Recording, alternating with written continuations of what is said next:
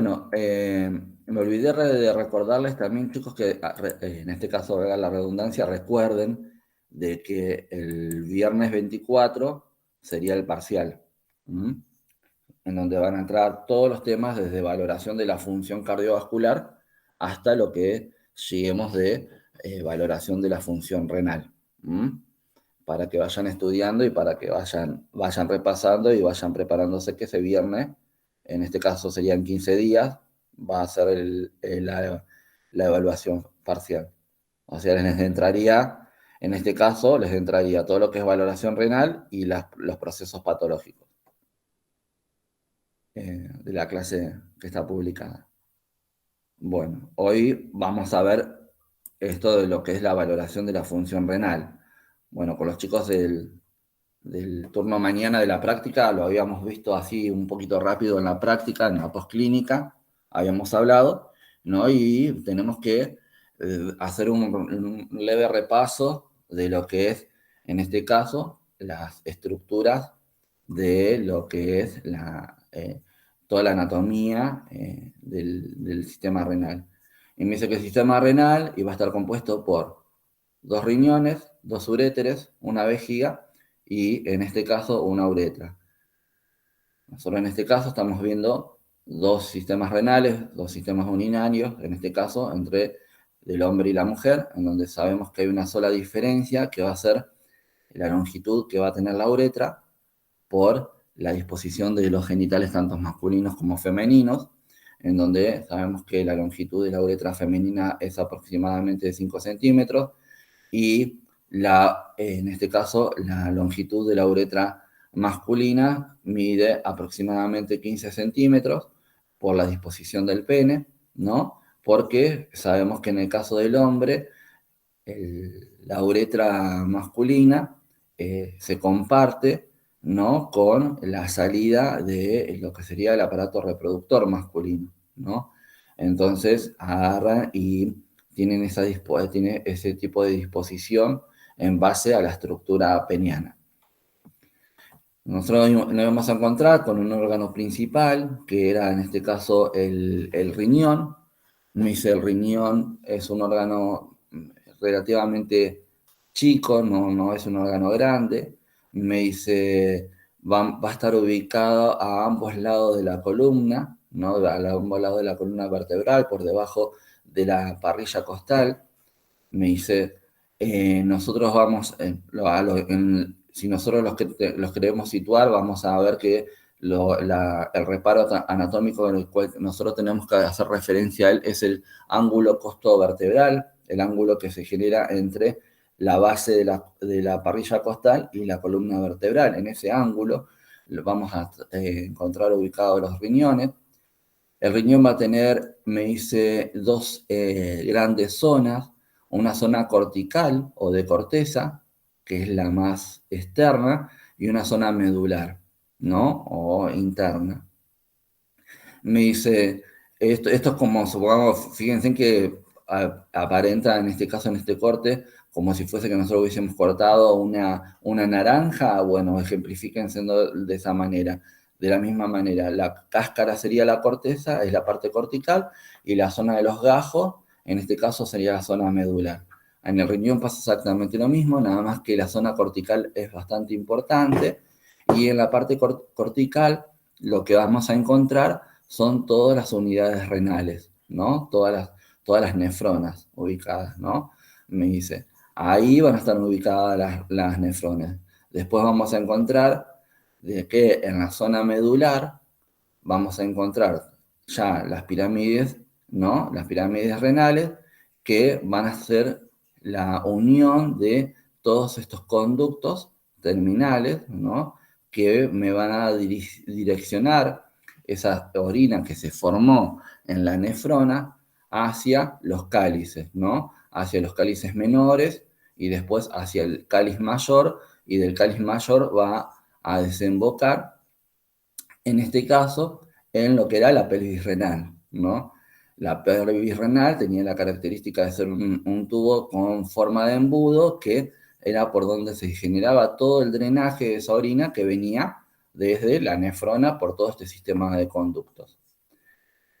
Y de ahí, la pelvis renal iba a ser comunicante con el uréter.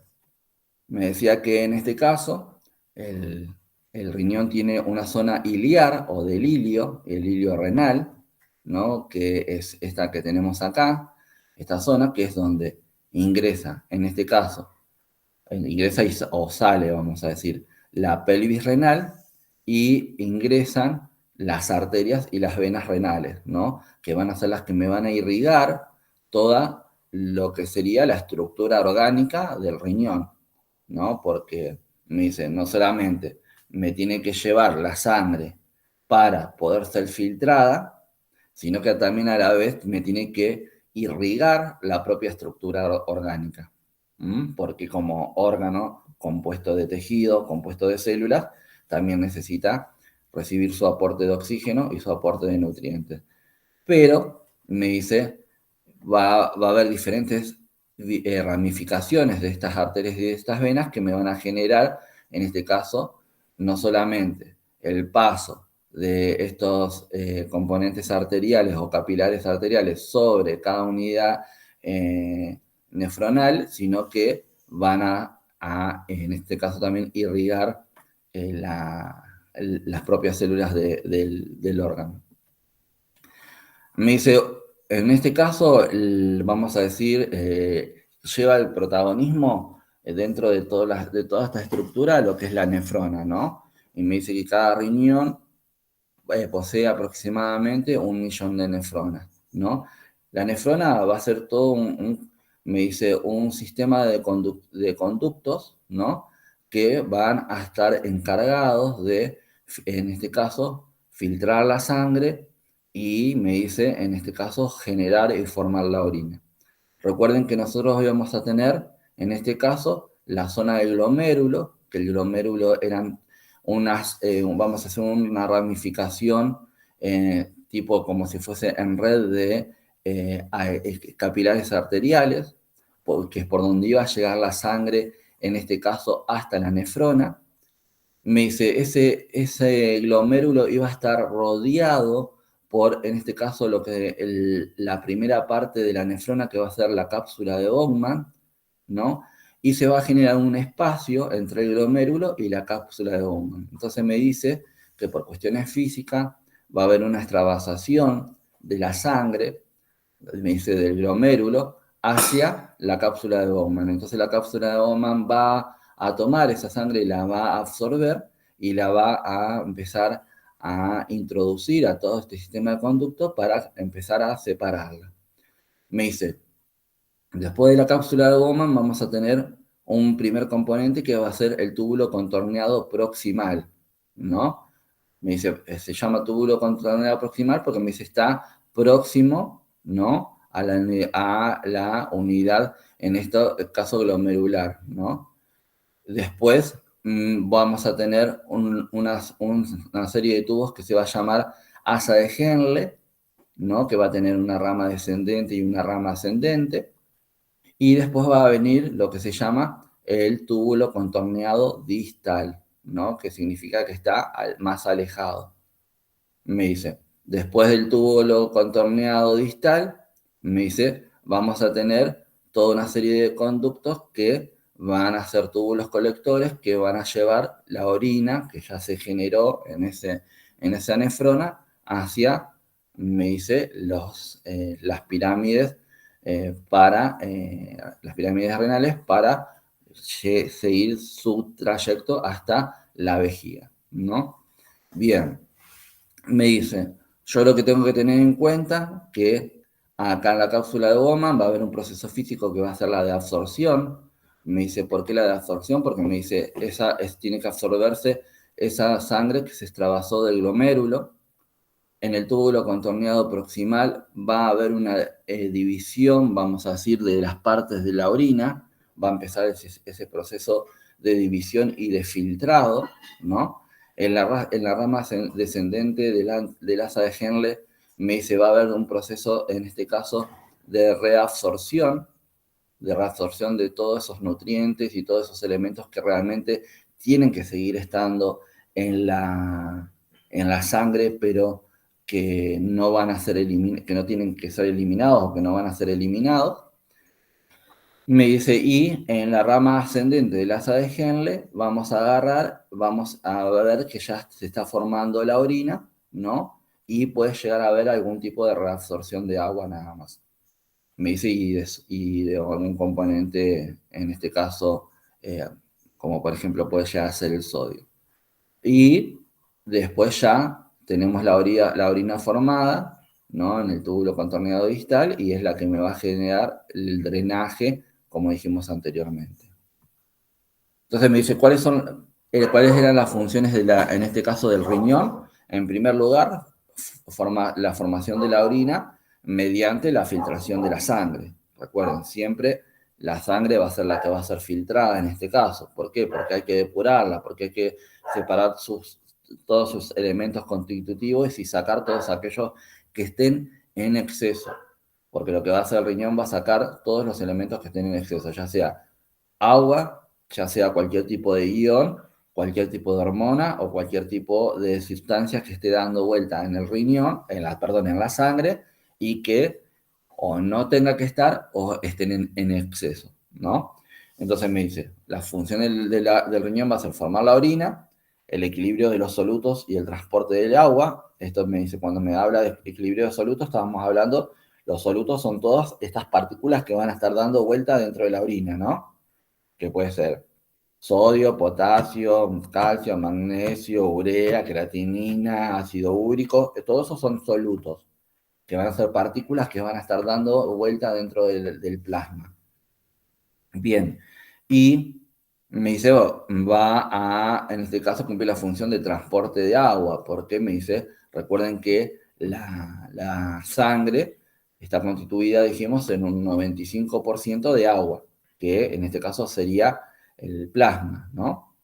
Bien, me dice, vamos a agarrar, también me va a cumplir la función de excreción de los productos residuales del metabolismo, ¿no? O sea, vieron que habíamos dicho que cuando la célula llevaba adelante sus funciones metabólicas, me dice, cuando llevaba su función metabólica de la respiración, y se generaba la respiración celular, tomaba oxígeno y se me generaba, en este caso, dióxido de carbono, ¿no?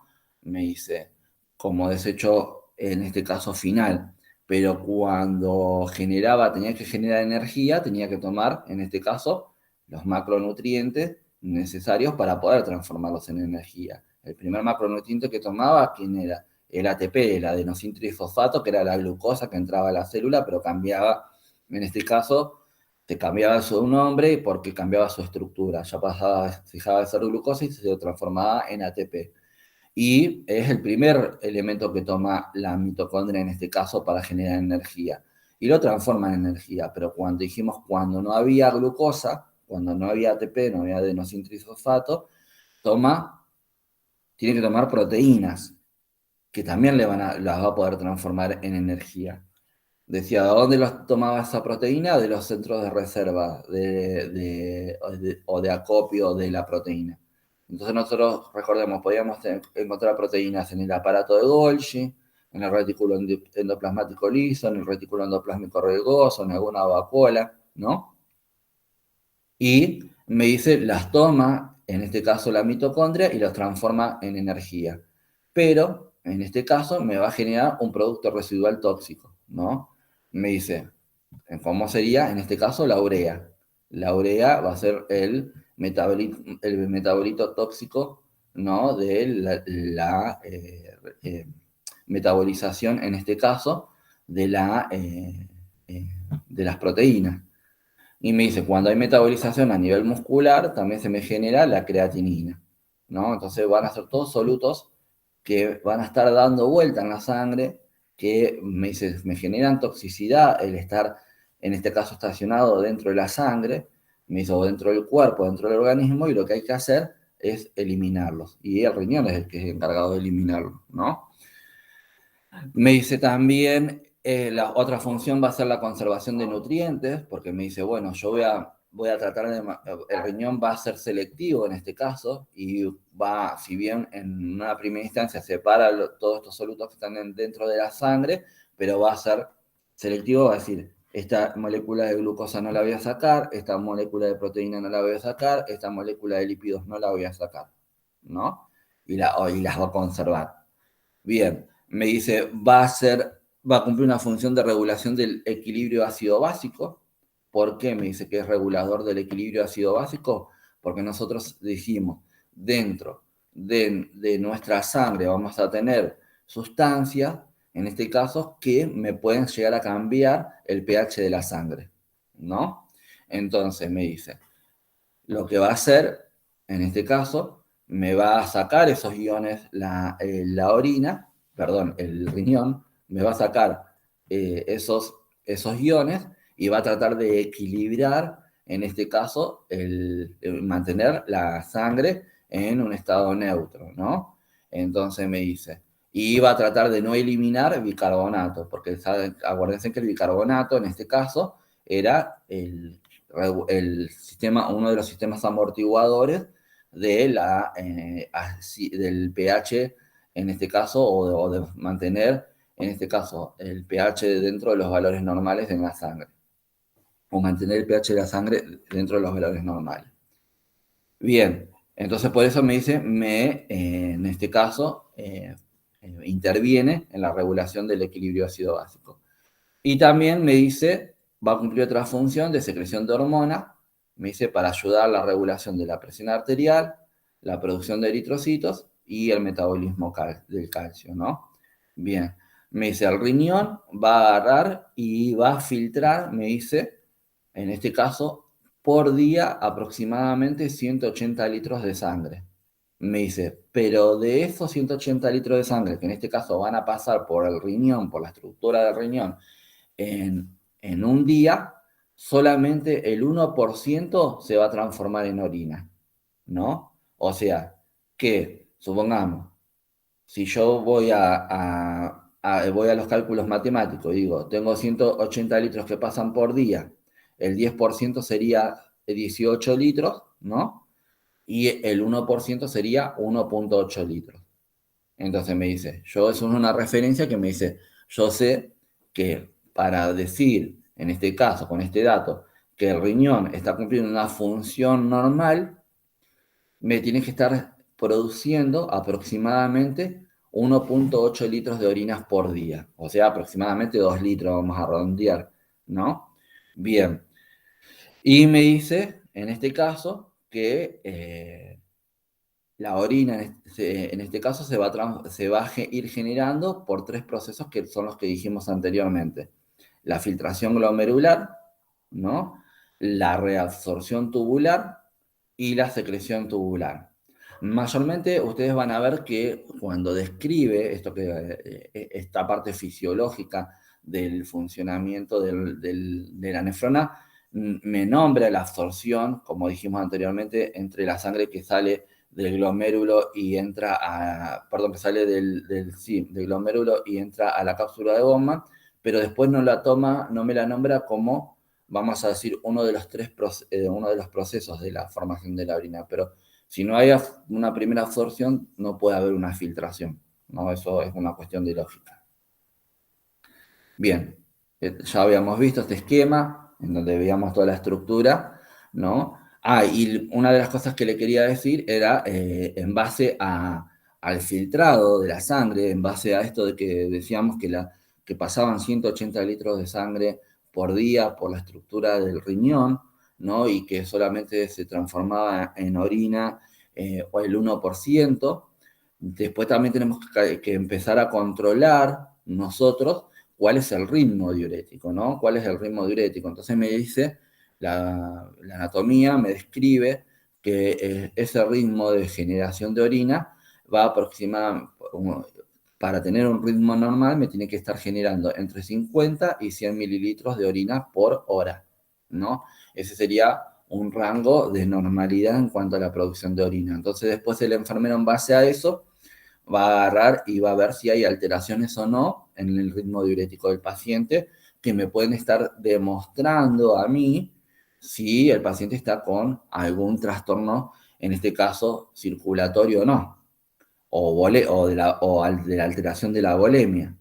¿Por qué? Porque dijimos, puede llegar a ser que se incremente, en este caso, ese volumen de orina excretado por hora, que puede llegar a ser dado por simplemente un exceso de agua dentro del endovascular o de un trastorno hormonal o endocrinológico, ¿no? O puede llegar a ser de que se reduzca, en este caso, la formación de la orina en cuanto al volumen y también me esté demostrando que el paciente, supongamos, esté deshidratado o esté con una volemia baja o esté hipovolémico o que haya algún otro tipo de problemática que me esté generando de que el riñón no me esté filtrando tanta cantidad de orina. Entonces yo voy a tener un paciente con un ritmo diurético normal o puedo tener un paciente poliúrico o un paciente oliúrico o un paciente anúrico, ¿no? Entonces me dice, un paciente poliúrico, teniendo la referencia de que la orina tiene que ser producida entre 50 y 100 mililitros por hora, por un paciente poliúrico lo voy a considerar un paciente que me está generando de 100 centímetros cúbicos en adelante. O sea, me está generando 200 mililitros de orina por hora o 300, ¿no? Un paciente oligúrico sería aquel paciente que me está generando menos de 50 mililitros por hora. Habitualmente se dice entre 30 y 50 mililitros por hora. Entonces yo voy a decir que el paciente está con una oliguria, ¿no? O está oligúrico. Me dice, si el paciente está generando entre 0 y 30 mililitros de orina por hora, está con una oligoanuria, que me está diciendo, está entre la oliguria, que sería la formación escasa de la orina, y la anuria, que sería la no formación de orina, ¿no? Y me dice, si tiene 0, en este caso, de formación de orina por hora, estaría anúrico, que me dice no está formando orina. Esos son todos términos, ¿no? Conceptuales que el enfermero tiene que saber para poder hacer una correcta valoración de la función urinaria y para poder hacer una correcta evolución o una correcta descripción, como lo quieran llamar, del estado de salud del paciente. Bien, y me dice, nosotros tenemos que agarrar y me dice saber de que vamos a poder hacer una valoración macroscópica y microscópica de la orina, ¿no? Esto que me dice, yo voy a poder hacer como enfermero una valoración macroscópica porque la voy a poder ver, la voy a poder observar, la voy a poder oler, me dice la orina y voy a poder hacer ciertas mediciones. En cambio, la valoración microscópica, para hacer la valoración microscópica de esos elementos que pueden salir con la orina, voy a necesitar o tiras reactivas o un microscopio, en este caso. Por eso vamos a ver de que habitualmente cuando el enfermero en la sala o en el servicio no tiene tiras reactivas para medir todos estos elementos en la orina, tiene que sí o sí mandar la muestra de orina al laboratorio para que el laboratorio proceda y haga esas mediciones. Pero las características macroscópicas sí las tienen que hacer, porque de hecho nosotros estamos continuamente, supongamos, controlando el paciente, los ingresos y los egresos, y dentro de los egresos estamos contemplando la valoración de la orina. Yo tengo que ver no solamente el volumen de la orina excretada, sino qué tipo de características tiene esa orina. Me dice el color, el olor, el aspecto, ¿no?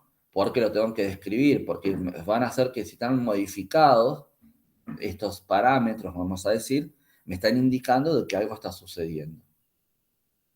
Entonces me dice, supongamos, en cuanto al color, me dice que el color normal de la orina tiene que ser amarillo pajoso o ámbar. De esa manera se lo agarra y se lo describe. Amarillo pajoso o ámbar, que sería la orina normal. Me dice, pero en este caso el color se puede modificar. Y fíjense que acá en este esquema vemos diferentes colores que se pueden llegar a encontrar en la orina, ¿no? Me dice, cada uno de esos colores van a estar dados por ahí desechos, en este caso de la dieta, o colorantes de algún fármaco, o algo que se consumió o que se está excretando por la orina, en este caso.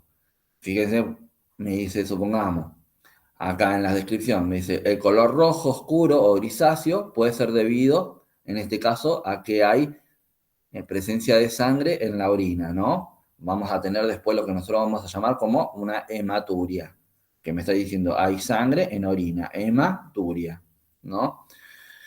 Me dice, la orina es turbia.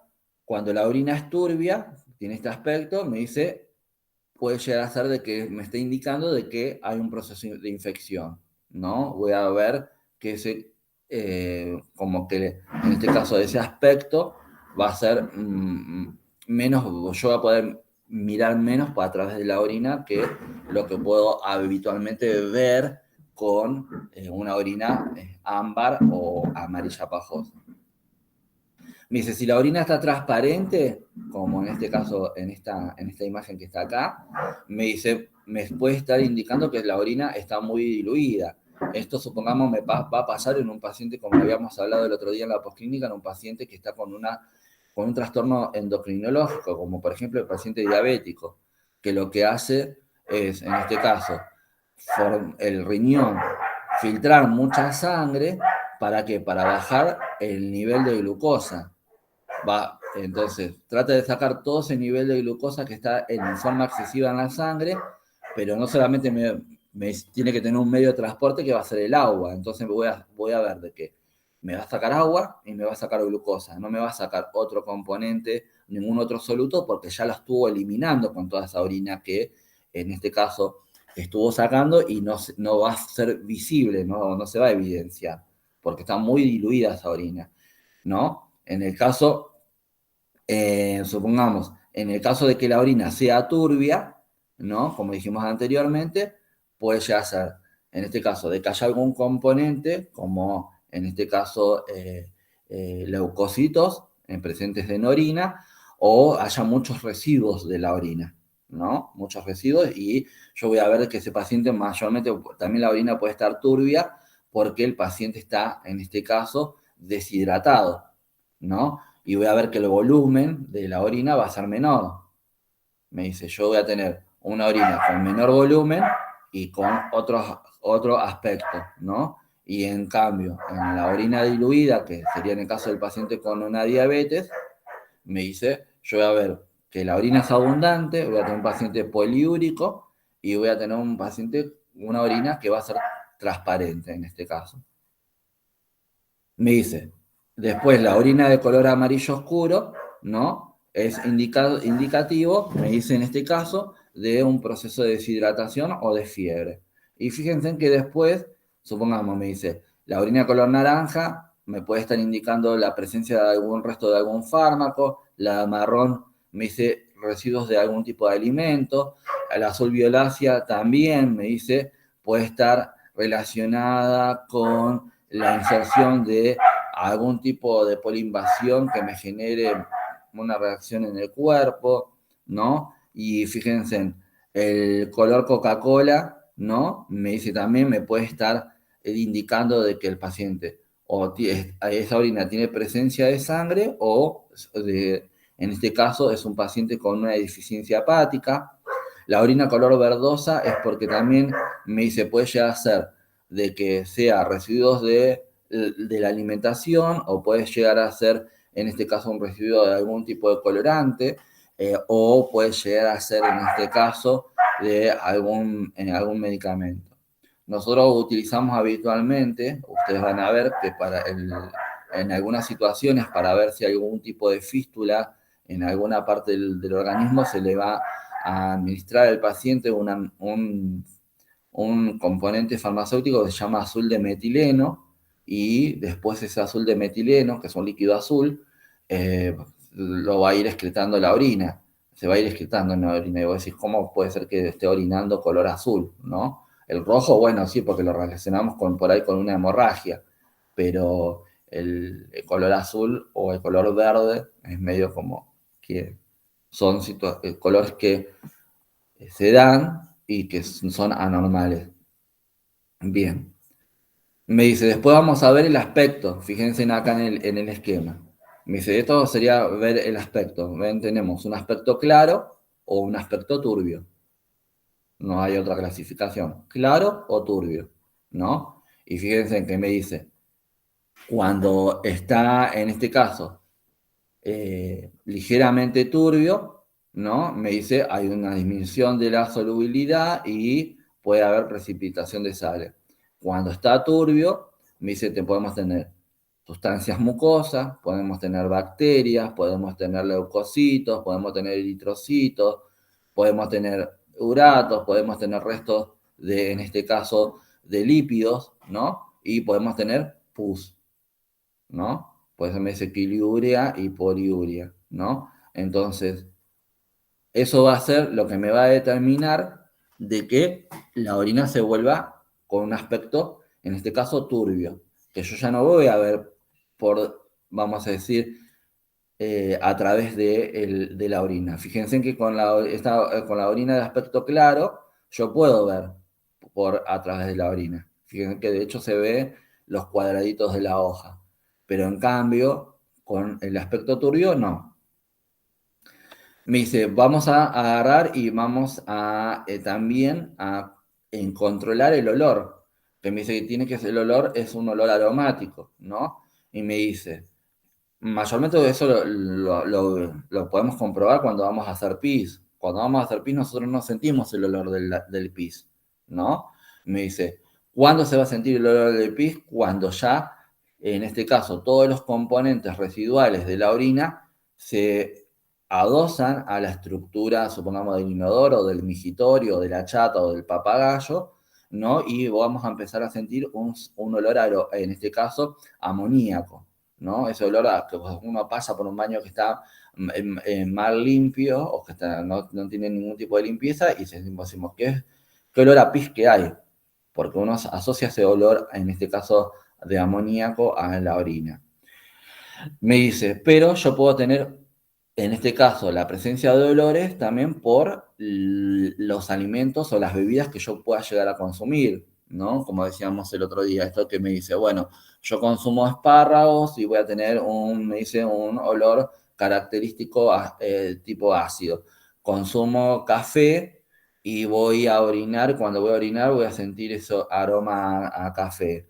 Me dice, algunas sustancias alcohólicas también me pasa exactamente lo mismo. Me dice, entonces me dice, yo voy a agarrar y me dice, voy a, según el tipo de, en este caso, alimento o de fármacos, porque van a ver que también ciertos fármacos me van a cambiar también el olor a la orina, ¿no? Porque van a estar siendo, en este caso, también filtrados de la sangre.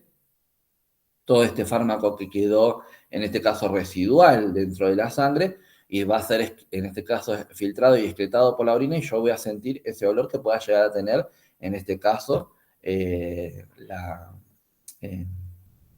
la orina por producto del fármaco, ¿no? Y fíjense que me dice que podemos tener, en este caso, si el paciente tiene una infección del tracto urinario, podemos tener un olor fétido o un olor desagradable.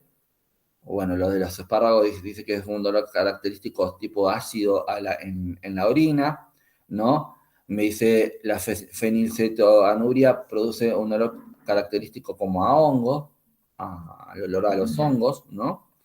Y me dice cuando el paciente está en estado de inanición, ¿no? Cosa que está muy adelgazado, o el paciente es un paciente con una cetoacidosis diabética, me dice, se van a generar olores dulces o afrutados. Esto que ustedes lo van a aprender a reconocer cuando están frente a un paciente diabético, porque cuando el paciente es un paciente diabético que está descompensado, que está internado por su descompensación, en este caso diabética, van a entrar a la habitación y van a sentir como que hay olor a fruta, como hay, mayormente se la relaciona el olor como a manzanas. Y va a decir, bueno, voy a observar a ver si sobre la mesa de comer el paciente o sobre la mesita de luz hay manzanas y no hay manzana, no hay fruta, pero es el olor característico de la orina, en este caso. Bien, vamos a medir el pH de la orina, que me dice que el valor normal va de 4,5 a 8. Me dice la única posibilidad para medir el pH es a través de una cinta reactiva, ¿no? De orina. Mayormente ustedes van a ver este frasquito en los servicios, en donde vamos a tener un montón de cintas reactivas, como si fuesen las de hemoglucotex, pero que la de hemoglucotex me mide la glucosa en sangre nada más, estas son específicas con muchos reactivos para medir todos estos componentes de la orina que estamos diciendo. Entonces busco la del pH, la escala del pH, que va a ser una escala colorométrica, ¿no? Que me va a dar diferentes tonalidades de colores, y cada color o cada tonalidad me va a estar indicando un pH determinado. Entonces yo me dice, voy a sumergir la tira reactiva en la orina del paciente, porque la voy a juntar en un recipiente, ya sea en la chata, en el papagayo o en un frasquito. Voy a poner la tira reactiva unos segundos, la voy a sacar, la voy a dejar 30 segundos que reaccionen los reactivos, y después lo voy a comparar con la escala colorimétrica. Y voy a ver qué tonalidad tiene, en este caso, mi tira reactiva, comparada con la tabla, para saber qué pH tiene el paciente. Y entonces me dice, si es menos de 4,5 el pH en orina, es porque estoy frente a una acidosis metabólica o a una acidosis respiratoria, o me dice a una dieta con alto contenido de proteínas de carne, o a la presencia de cloruro de amonio o ácido mandélico, que serían todas, en este caso, componentes que son incorporados con la dieta y que en este caso me generan acidez en la sangre. Si tuviese más de 8, un pH mayor a 8, ¿no? Me dice, me estaría indicando por ahí que hay presencia de algún tipo de infección, hay bacterias, ¿no? Porque me dice, me va a alcalinizar, en este caso, la orina. Entonces me dice, puede haber una infección del tracto urinario, puede llegar a ser de que esté, en este caso también, en este caso, alcalótico, porque se están pasando, en este caso, antibióticos, ¿no? Como por ejemplo neomicina, mesilsulfamida, o se le está pasando bicarbonato de sodio, o cualquier otro fármaco que me esté haciendo que la sangre se, en este caso, alcalinice. Acuérdense que la acidosis o la alcalinización va a estar dada, en este caso, por la concentración o no, o el incremento en cuanto a la concentración o la disminución de la concentración de los iones, estos iones que me acidifican la sangre, ¿no? Me dice, después vamos a medir la densidad. La densidad va a ir de 1005 a 1030, ¿no? Me dice, antiguamente teníamos este densímetro para medir densiómetro, para medir la densidad de la orina, pero ahora se mide también por las tiras reactivas, que una de estos reactivos va a ser para la densidad. Y me decía, y esto es lo que hablábamos el otro día en la postclínica, me dice, cuanto más solutos tenga la orina, menos se va a hundir el flotador, ¿no? Menos se va a hundir. Y eso me va a indicar de que yo tengo una concentración, una densidad alta, una densidad, supongamos, de 1030.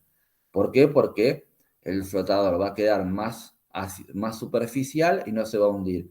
Es como dijimos, como si nosotros nos metiéramos a nadar en el mar muerto, que sabemos que tiene mucha concentración de sal, que no hay vida marina, y que una persona, si se tira, flota. No se va a ahogar nunca, no se va a hundir nunca, porque por la alta cantidad de sal que tiene ese mar. Ahora, cuanto menos diluida esté la orina, cuanto menos solutos tenga, va a estar más bajo, ¿no? Va a llegar a 1005. Entonces, en este caso, el flotador va a hundirse más. Y eso lo podíamos comparar como sumamos el mar, en cualquier otro tipo de mar, el mar argentino o cualquier o de los otros tipos de océanos. Entonces, tiene concentración de sal, pero con una concentración moderada o de tal manera que permita, en este caso, la vida marina, y que permite de que si nosotros, en este caso, nos tiramos al mar, nos podamos hundir y nos podamos ahogar, ¿no? ¿Pero por qué? Porque hay menos solutos disueltos, en este caso. Entonces, esa sería la densidad, ¿no? Después dice, podemos medir por las proteínas. Me dice que las proteínas, el valor normal va de 2 a 8 miligramos por decilitro. Y me dice, pueden estar incrementadas porque hay presencia de proteínas o proteinuria. Puede ser se pueden elevar también por el exceso de ejercicio, por la hipertermia, por el estrés, porque hay una infección aguda, porque hay una enfermedad renal, etcétera, etcétera, etcétera. O hay muchas situaciones que hacen de que haya mayor presencia de proteínas en la sangre, que está mal y que el riñón lo detecta, en este caso el sistema nervioso junto con el riñón lo detectan y los empiezan a sacar. Bien, la glucosa. Yo voy a tener en este caso presencia de glucosa en orina en exceso. O sea, perdón, voy a tener presencia de glucosa en exceso en la sangre cuando el paciente está con una hiperglucemia. Eso también lo va a detectar el sistema nervioso, va a ver que hay un desequilibrio homeostático, en este caso con la glucosa, y va a hacer funcionar el riñón para que me filtre más cantidad de glucosa de esa sangre para tratar de equilibrarla. Entonces yo voy a tener presencia de glucosuria. Como con la proteína teníamos proteinuria. Ahora con la glucosa tenemos glucosuria, ¿no? Que va a ser, en este caso, la presencia de glucosa en orina. ¿Cuándo hay presencia de glucosa en orina? Cuando tengo exceso de glucosa en sangre, ¿no? Bien, en el caso de la diabetes mellitus, en un accidente cerebrovascular, en un síndrome de Cushing, en la anestesia, en todas situaciones que sean estresantes para la persona. ¿Por qué? Porque recuerden, que eso también lo vamos a ver cuando veamos trastornos endocrinológicos y cuando veamos, en este caso, los desequilibrios de la glucosa, me dice, cualquier persona que más allá que sea diabética o no, va a tener un incremento de su glucosa en sangre frente a un proceso de estrés. De hecho, vamos a ver, supongamos una persona que se va a ser sometida a una cirugía que no es diabética, yo le tomo la glucosa previo a la cirugía y después de la cirugía, yo seguramente antes de la cirugía voy a tener una glucosa normal y después de la cirugía voy a tener una glucosa incrementada. No les voy a decir que está, en este caso, con una hiperglucemia, pero que se modificó, se incrementó, sí, porque me dice, voy a tener un incremento de la glucosa siempre que esté frente a una situación de estrés. Voy a tener presencia de cetonas o cetoanuria, en este caso, que me dicen, tiene que ser, normalmente tiene que ser negativa, no tiene que haber presencia de cetonas en la orina, en este caso, y me dice, yo voy a tener presencia de cetona en orina cuando hay una cetocidosis diabética, en el proceso de inanición, cuando consumimos muchas proteínas en la dieta. Me dice, voy a tener presencia de eritrocitos, ¿no? Me dice, yo cuando tengo presencia de eritrocitos, me dice es porque hay un sangrado, ¿no? Voy a tener una hematuria. Me dice, los eritrocitos en sangre son poco frecuentes, pero me dice, cuando están presentes puede llegar a ser de que haya un traumatismo en cualquier región de todo este sistema urinario, o puede llegar a ser muchas veces de que la orina esté contaminada, en el caso de las mujeres, con la sangre menstrual, ¿no? Pero uno siempre tiene que, en este caso, agarrar e indagar en la persona, sobre en el caso que sea una mujer, y veo que tiene hematuria, preguntarle en primer lugar si está con el ciclo menstrual o no. Si me dice que está con el ciclo menstrual, bueno, de cierta manera me tranquilizo porque lo puedo relacionar con que la orina se mezcló, en este caso, con el sangrado, en este caso vaginal. Pero si me dice que no, bueno, esa sangre que viene con la orina de algún lado salió. Entonces vamos a tener que informar al médico para que empiece a estudiarla para ver qué es lo que pasó. Que por ahí puede llegar a ser, como dice acá, tiene cálculos renales. Y vamos a ver cuando veamos cálculos renales que los cálculos, según el diámetro que tengan, me van a empezar a lesionar, en este caso, la mucosa del conducto. Entonces, me va a generar un leve sangrado o puede ser un sangrado. Puede ser sangrado macroscópico como microscópico. Me dice, también vamos a tener presencia de leucocitos, en este caso, glóbulos blancos, ¿no? Me dice, en este caso, lo normal sería que haya entre 3 o 4 leucocitos por campo, me dice. O sea, nada. pero me dice, si hay un aumento en la concentración de leucocitos o de glóbulos blancos, me estaría indicando de que hay un proceso infeccioso, ¿no? Y fíjense que me dice, el aumento va a estar dado por una infección del tracto urinario, por presencia de hipertermia, o porque hay un ejercicio intenso, ¿no? O porque hay enfermedades renales.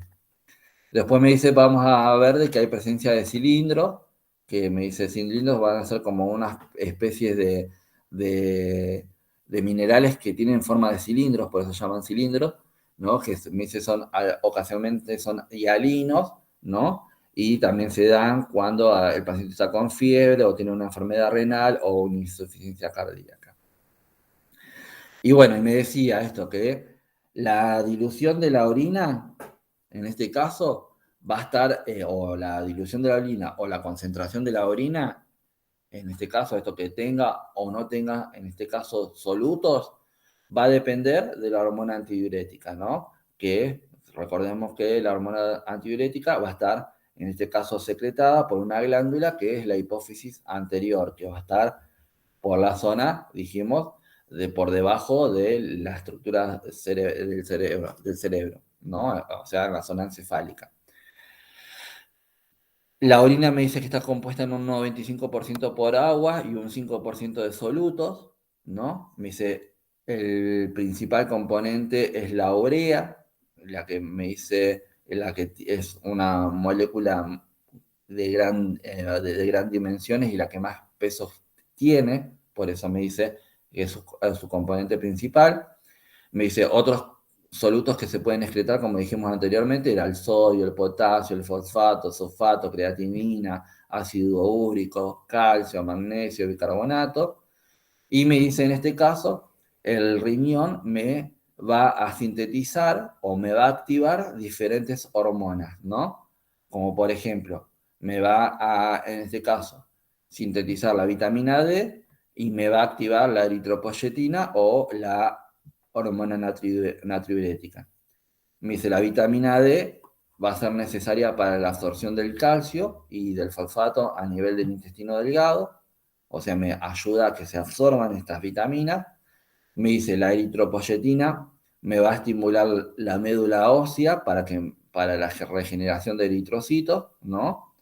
Me dice, en respuesta a la hipoxia de algún tejido.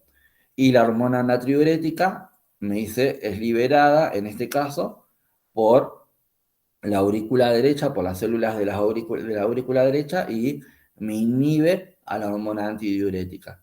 Lo que hace, cuando me dice, me inhibe la hormona antidiurética, me dice, me la está neutralizando, ¿no? A la hormona antidiurética, y cuando no hay hormona antidiurética secretada, el riñón va a agarrar y va a cumplir con su función. Si yo tengo hormona antidiurética en sangre, llega al riñón y me dice, no, pará, no filtres más, porque no tenés que sacar más agua. ¿Mm? Bien. Me dice, ¿cuáles son las pruebas diagnósticas que tenemos para valorar la función del sistema urinario? O sea, ¿cuáles son los estudios que podemos hacerle al paciente?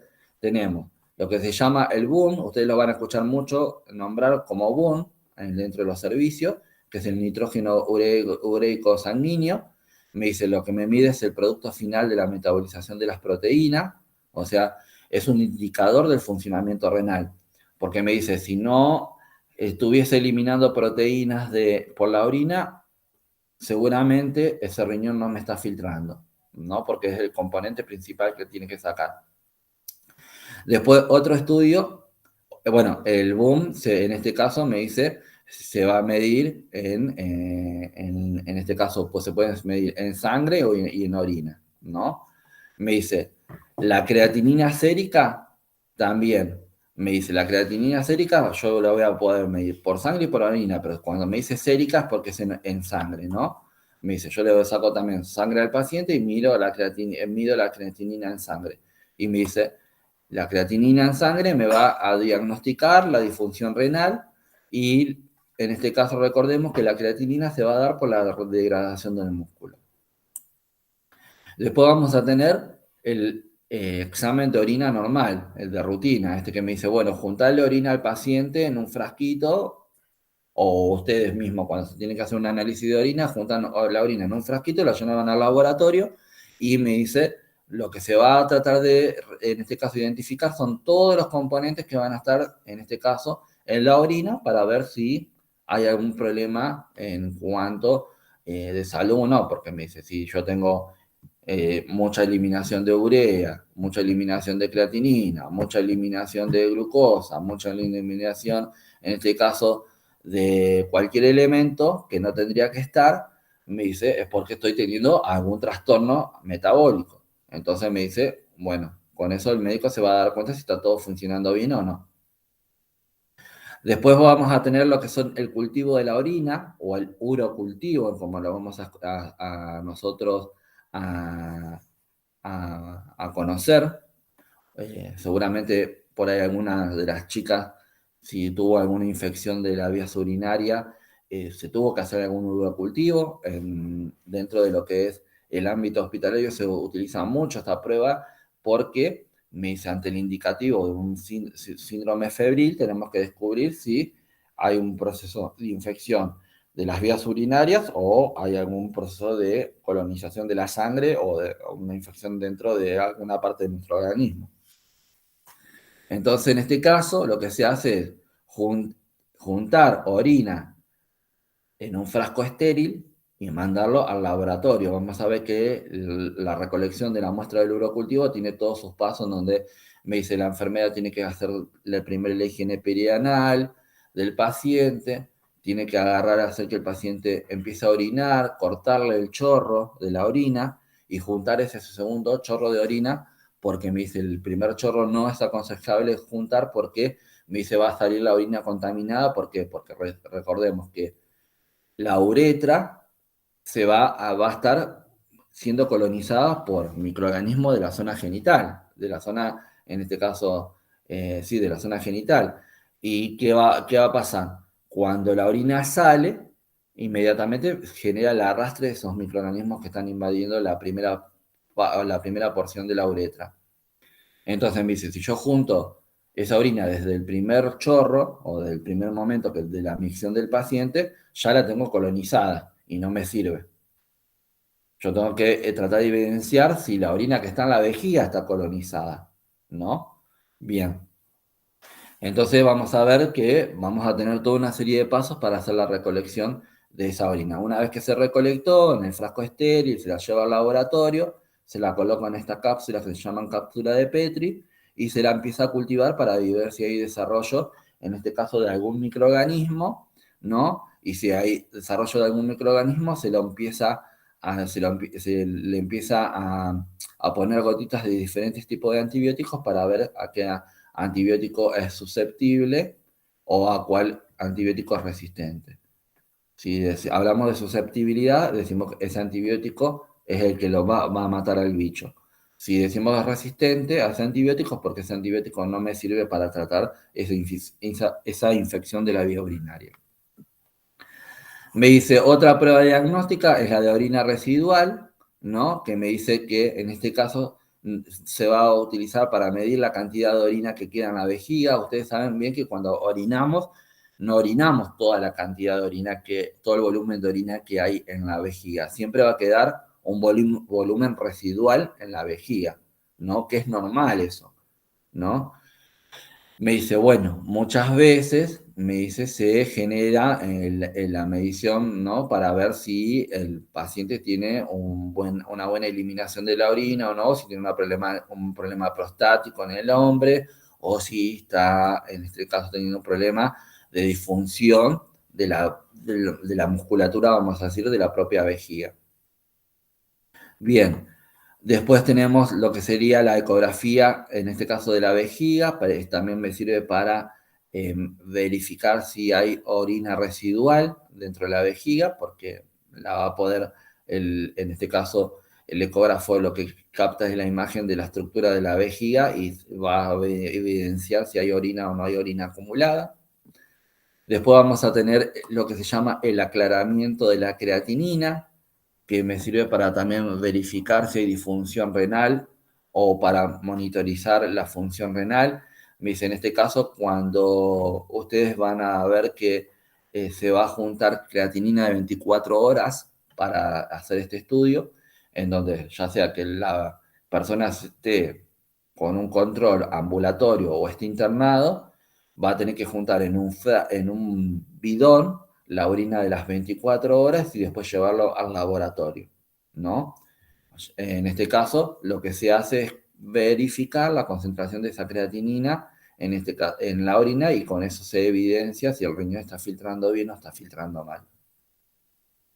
Después tenemos la uroflujometría, que lo que hace es medir el volumen de orina que va a ser evacuado por segundo, ¿no? Me dice, que sería con esta imagen que estamos viendo acá, va a haber un dispositivo en donde ya sea que la mujer o el hombre hagan pis, se va a ir midiendo, en este caso, cuánto es el volumen de orina que sale en este caso, a través de la micción en un segundo. Esto se hace más en los servicios de nefrología que en los servicios de internación general. Bien, vamos a agarrar y vamos a hacer la entrevista al paciente. Lo vamos a entrevistar, vamos a hacer la valoración, ¿no? Como en cualquier valoración nos vamos a centrar en una problemática, en este caso principal, que tenga el paciente, esto que me dice, tengo dolor o tengo ardor al hacer pis, o me duele acá, o me siento inflamado, lo que sea, vamos a empezar a indagar sobre esas cuestiones. Le vamos a pedir al paciente, en este caso, que nos facilite una muestra de orina, le vamos a dar un frasquito, y el paciente orina en el frasquito y vamos a mirar, en este caso, todas estas cuestiones macroscópicas de la orina, ¿no? Y entonces me dice, vamos a valorar el color, el olor y la cantidad de orina. Vamos a preguntarle al paciente si tiene dificultad para hacer pis, ¿no? Si tiene dificultad en la micción. Vamos a preguntarle cuántas veces micciona, porque no es lo mismo que una persona miccione 3 veces por día que miccione 15 veces por día, ¿no? O sea, lo normal me dice que en cuanto a las micciones son 4 veces por día o 5 veces por día. Me dice, cuando se están elevados este número es porque hay algún factor que me está determinando de que el riñón me filtre más cantidad de sangre y que me genere más cantidad de orina y la vejiga se vea resbalsada, ¿no? Entonces yo tengo que salir a evacuarla, sí o sí. Bien, entonces me dice, vamos a ver si la micción es dolorosa. Si el paciente me dice, cuando hago pis me duele, a lo cual lo vamos a llamar disuria. Vamos a preguntarle si cuántas veces va a orinar en la noche, porque lo normal también sería que uno haga pis cuando se va a acostar y vuelva a hacer pis cuando se levanta. O sea que tenga 8 horas de descanso, 6 horas de descanso, pero hace pis antes de acostarse y hace pis cuando se levanta. Ya cuando yo tengo un paciente que me dice, no, me levanto 3, 4 veces o 5 veces a hacer pis durante la noche, ya estamos frente a lo que nosotros lo vamos a llamar como nicturia. Y la nicturia mayormente se da porque ese riñón me está filtrando sangre para eliminar algún componente, que puede llegar a ser simplemente alcohol, porque capaz que tomamos un vinito, una cerveza o lo que sea antes de acostarnos, ¿no? Con la comida y no fue una copita, sino que fue bastante, ¿no? Entonces me dice, si bien el hígado me va a metabolizar el alcohol, pero el riñón lo tiene que eliminar. Entonces, de la única manera que va a ser para eliminarlo es filtrando la orina, filtrando la sangre y generando orina. Entonces me dice, durante la noche vamos a levantarnos varias veces para orinar. Me dice, otra situación es que supongamos que el paciente esté con una hiperglucemia. Entonces dijimos, va a generar más volumen de orina y voy a tener muchas veces para levantarme para hacer pis, siendo que tendríamos que hacer al acostarme y al levantarme. Me dice, si tenemos presencia de sangre en orina, y vamos a llamarlo hematuria, ¿no? Si tiene me dice escasa evacuación de orina en volumen, lo vamos a llamar oliguria. Si tiene exceso en la eliminación del volumen de orina, vamos a llamarlo poliuria. Y vamos también a evidenciar si en la orina, me dice, tiene, en este caso, alguna presencia de algún tipo de secreción, que las secreciones habitualmente van a estar dadas por las infecciones en este caso, por alguna ETS, o alguna enfermedad de transmisión sexual, o porque tiene una infección en las vías urinarias. Entonces eso lo tenemos que también tener en cuenta. Y vamos a indagar sobre si el paciente tiene dolor. Mayormente me dice qué dolor va a tener, me dice dolor en los flancos derecho o flanco izquierdo, según el riñón que le esté doliendo, ¿no? Bien.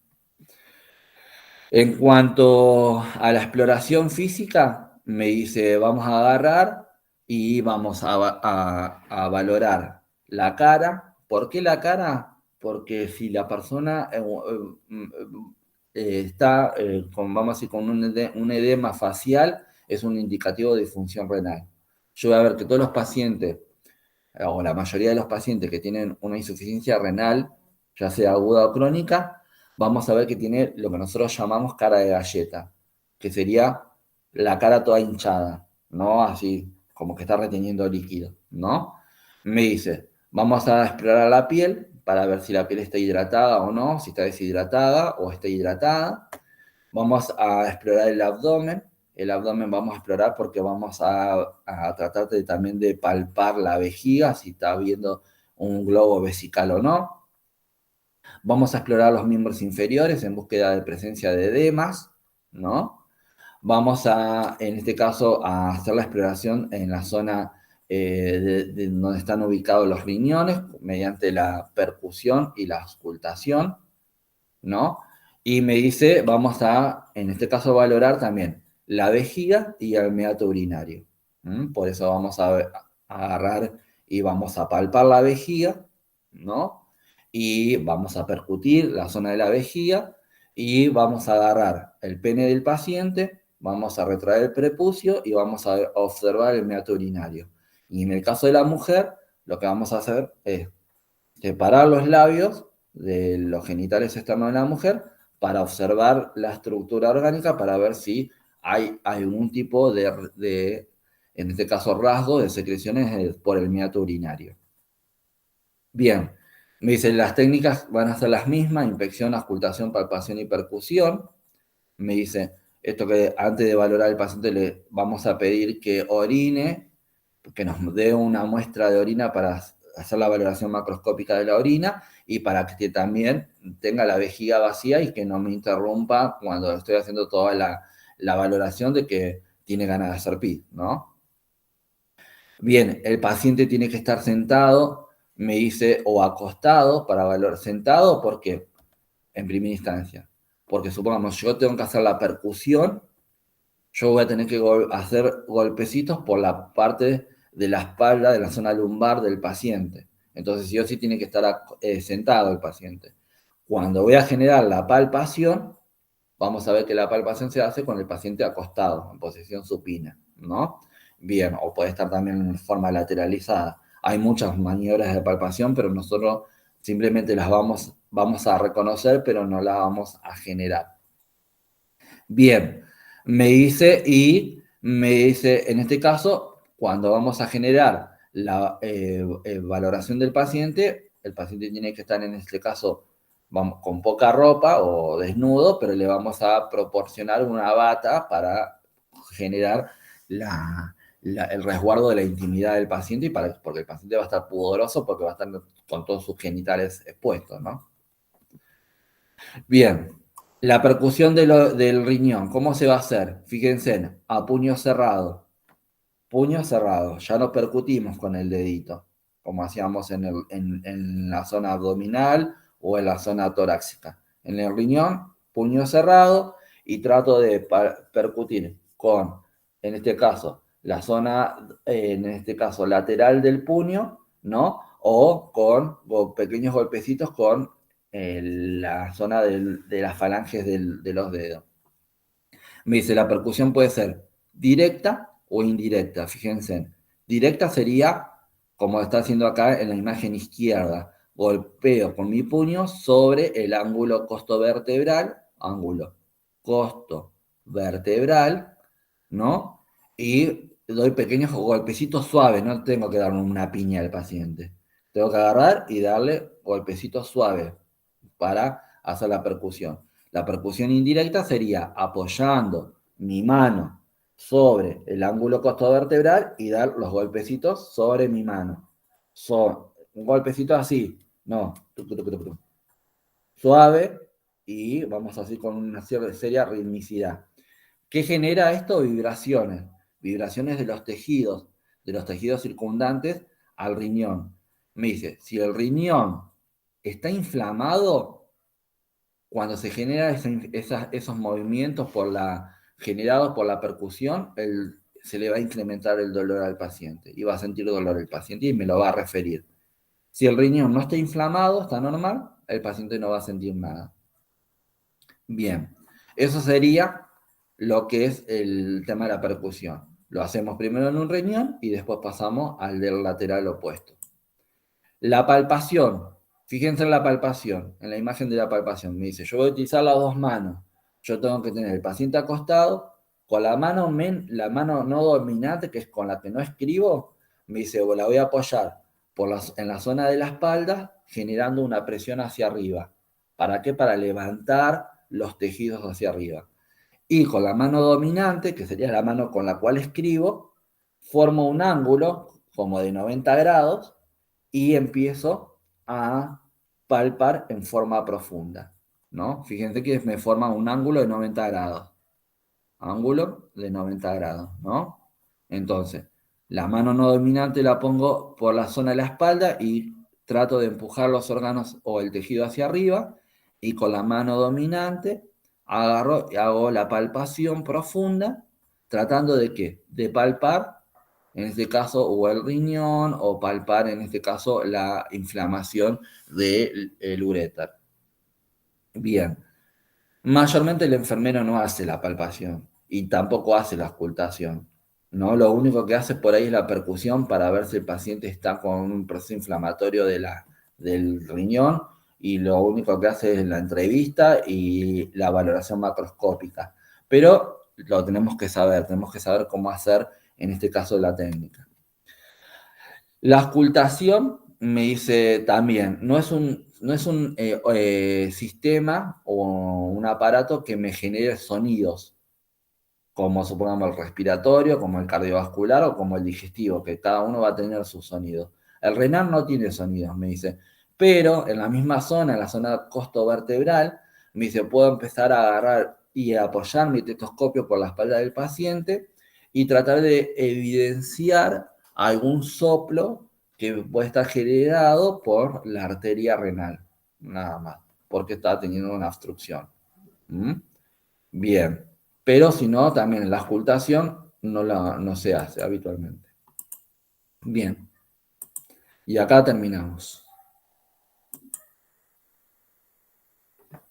Bueno, ¿tienen alguna preguntita con referente a todo esto que vimos de valoración renal? A ver, Flor.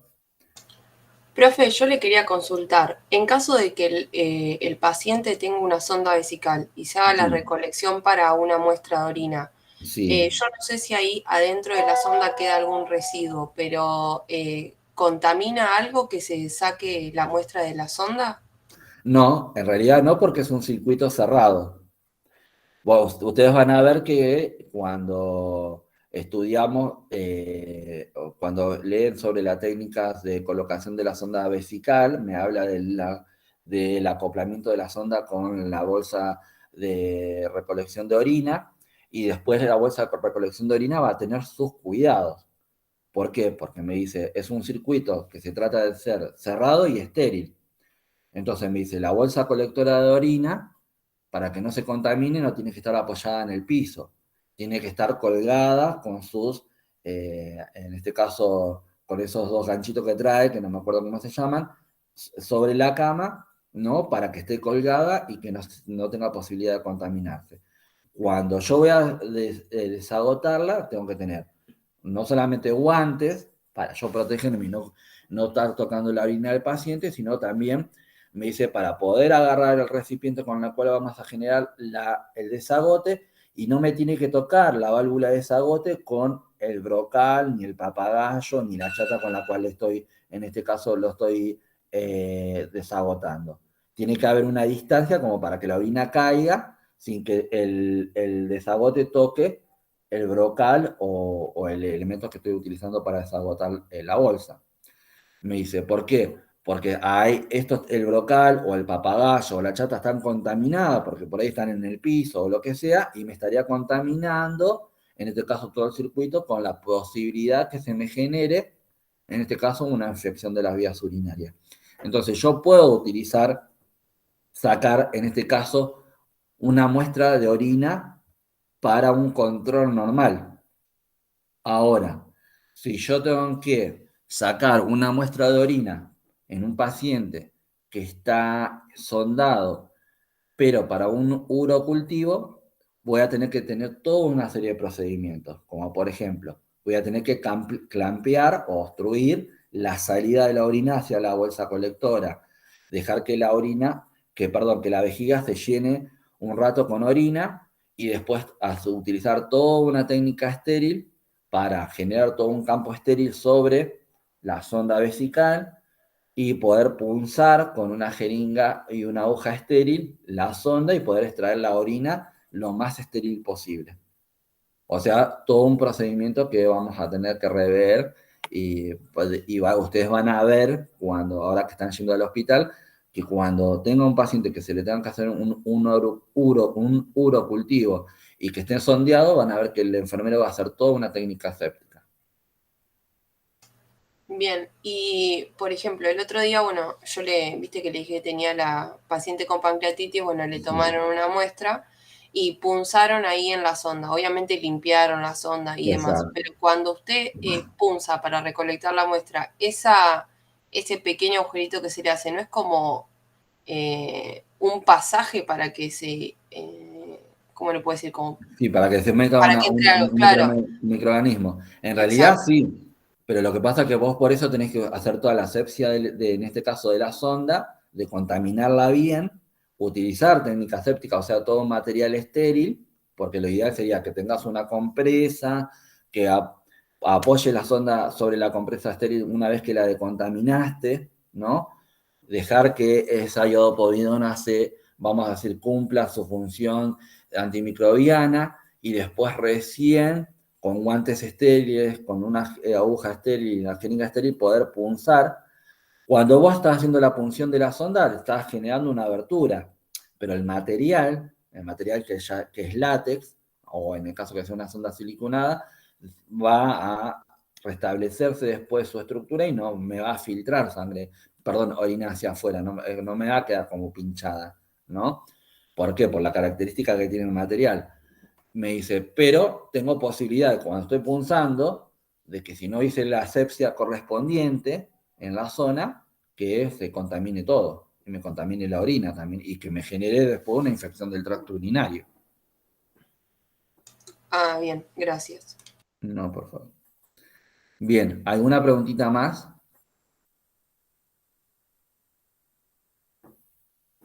Bueno, No, profe, perdón. bueno, si no tienen una preguntita más, vamos a detener la grabación. Bueno, entonces